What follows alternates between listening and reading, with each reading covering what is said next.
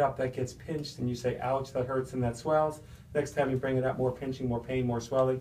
And that's how people, that's what rotator cuff injuries are. And rotator cuff tears are people generally 40 years old, and they're more attrition, wear and tear type processes. And you just have, yours is inflamed, it's by no means torn.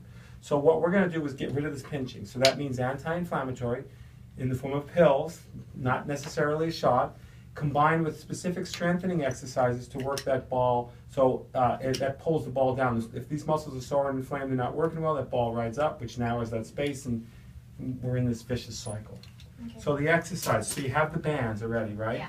So you're going to tie a loop on each end. You probably know these from bend.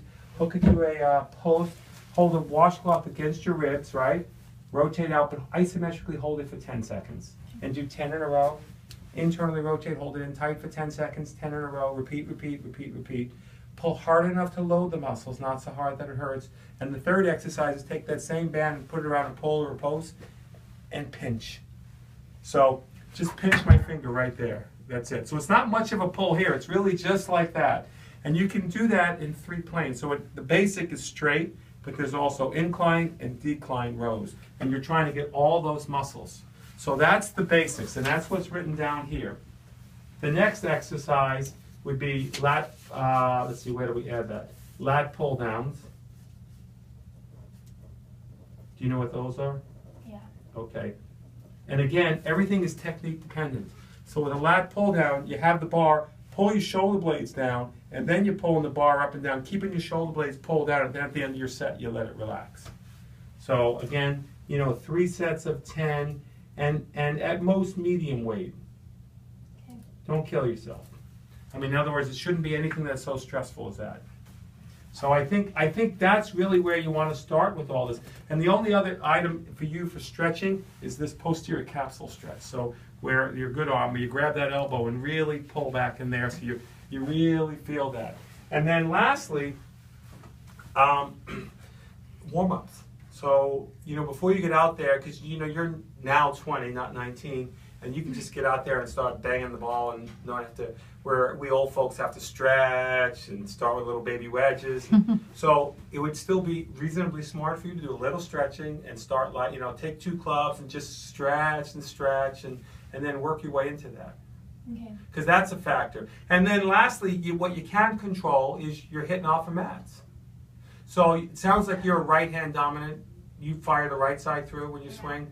She's really powerful. You can't believe how powerful this girl is. Okay. I can believe it. Why can't I believe it? Okay, she's small, but she's powerful. She's not very tall, but she's strong. She's 3.5. Yeah, so what the heck? She's the one putting you down. I didn't say a thing. You're muscular. So, but seriously, so this would go with you being the type of swinger that is more pushing through on the right side. Some people pull and go left, and some people push, and you probably are more of a pusher, right? Mm-hmm. As your swing thought. Definitely. Which you need to incorporate into putting, by the way. Mm-hmm. Oh, yeah. I've improved Viz's putting dramatically. By doing what? By asking which way he swings the golf club, and then making him putt that way. Didn't you ever hear Tiger and Stricker talk about, Stricker's a left-sided putter and Tiger's a right-sided putter? Oh, yeah, I've heard that before. And that's that whole thought process. Yeah. It's kind of interesting, actually. Yeah. So in any event, that's what's going on with you. So I don't need help with my putting, though. Neither does Hailey. You're the one that needs help with putting. My putting's actually good these days. Okay, but on the mats, so my dad was saying maybe hitting, where there's the rough part where it's a little bit more cushion. Yeah. Sure, it makes a difference. Better? Yeah, for sure. Okay. Because it really doesn't matter, does it? You're hitting the ball first. Yeah. So if anything, then that's what you're thinking about. I mean, not that we want you to hit balls thin or such, but really, really work on hitting the ball first. I mean, there's that Bobby Clampett theory that for every ½ inch you hit in front of the ball, that's worth a couple strokes on your handicap. Meaning, when Phil Mickelson or Tiger Woods, their divot is 4 inches in front of the ball. In front of the ball, yeah.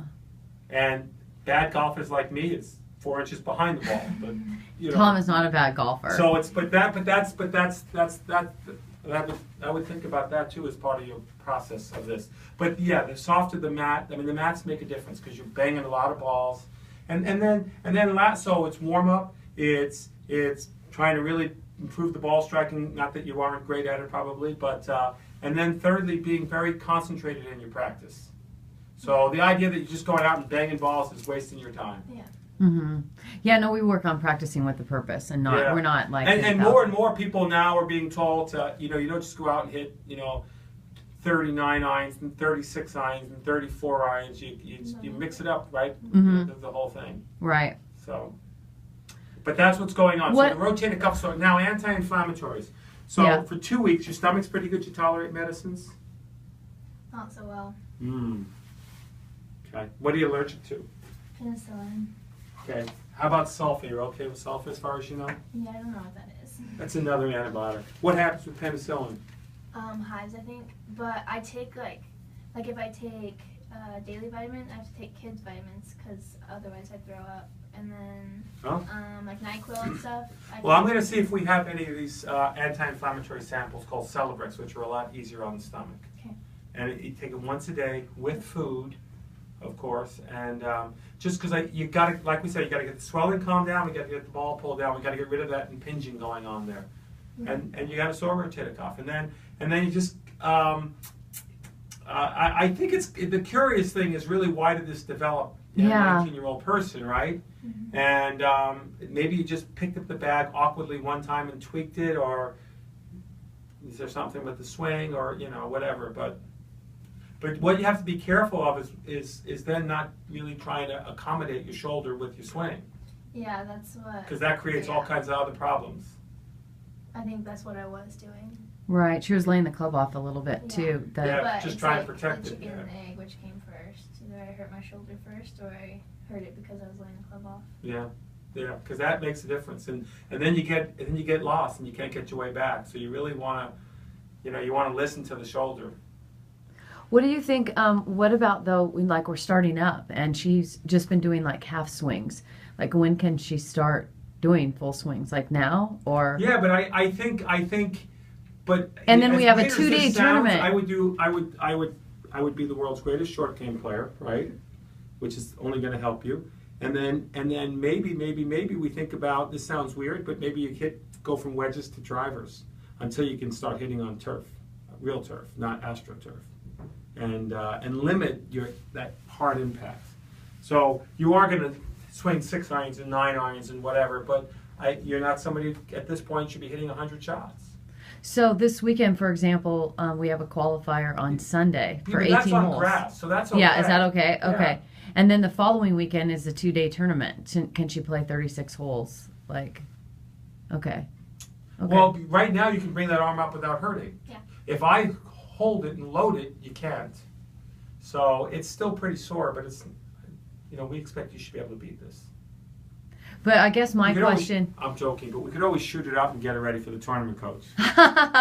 No, but this tournament isn't as important as like the next tournament. No, that's right. That's why I'm saying, should she not play in the tournament and then get ready for the next tournament, or what do you think? No, because I think, well, if the shoulder's that sore, then the answer that's the right answer. But if the shoulder isn't that sore, I think you need to kind of get your golf game going. Okay, that's what I want to make sure you're okay with. You can't go from 0 to 60. Yeah. First going 10, 20, 30, 40, right? So you need to get your game going. Okay, I just want to make sure she's not going to injure it further. And that's less impactful. Well, anything's possible, but that's less impactful than her, instead of going and playing in the tournament, going and hitting on mats. Right, okay. So I think that's less impactful. Okay. And then I'll just have her working really hard on her short game, too. Okay. Yeah, we take advantage of that. Exactly. Like the greens, MJ. Yeah, Zach Johnson. Amazing. Hailey Ostrom. Amazing. I don't